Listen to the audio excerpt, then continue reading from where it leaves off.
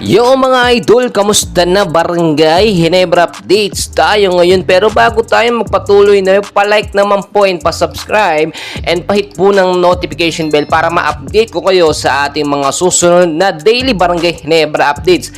Justin Noypi Brownlee, mas pinili nga pong maglaro sa PBA at hindi nga po dito sa Dubai International Basketball Championship. Kung matatandaan po ninyo, no, ay talagang napag-usapan at naging trending yung pagkakasama kinukuha nga daw po sa strong group dito sa Dubai itong si Justin Noypi Brownlee.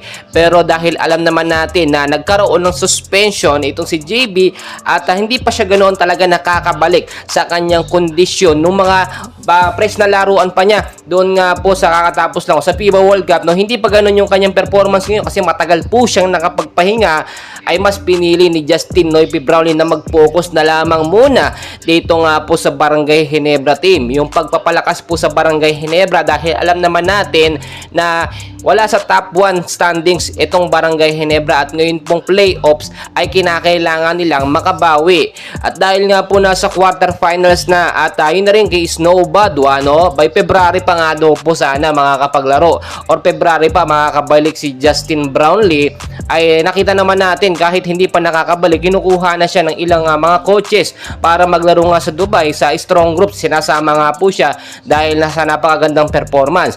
Pero etong si Justin Brownlee, good job po ang kanyang ginawang desisyon dahil tinanggihan niya, no, at hindi rin siya pinayagan dahil siyempre magiging dalawa. Mamaya po kasi maglaro ito si Justin Brownlee sa Dubai tapos magkaroon pa ng anti-doping test, mag-negatibo o mag-positibo na naman, ay maulit na naman, no? Baka mas lumalapat, mas tumagal pa ang kanyang suspension. At kung titignan nyo mabuti, mas maganda na rin na dito nang muna sa Barangay Ginebra mag-focus sa PBA itong si Justin Brownlee dahil marami ng mga Filipino fans ang nakakamiss sa kanya. Do may mga basher itong si Brownlee, alam naman natin dahil may mga nagsasabi itong si Brownlee, no, ay gumagamit ng pinagbabawal na gamot kahit hindi naman totoo dahil naging substance lang yun, naging content lang yun doon sa ginamit na medication niya, no. Pero magkagayon man, ito po yung isa pa nating napakagandang balita.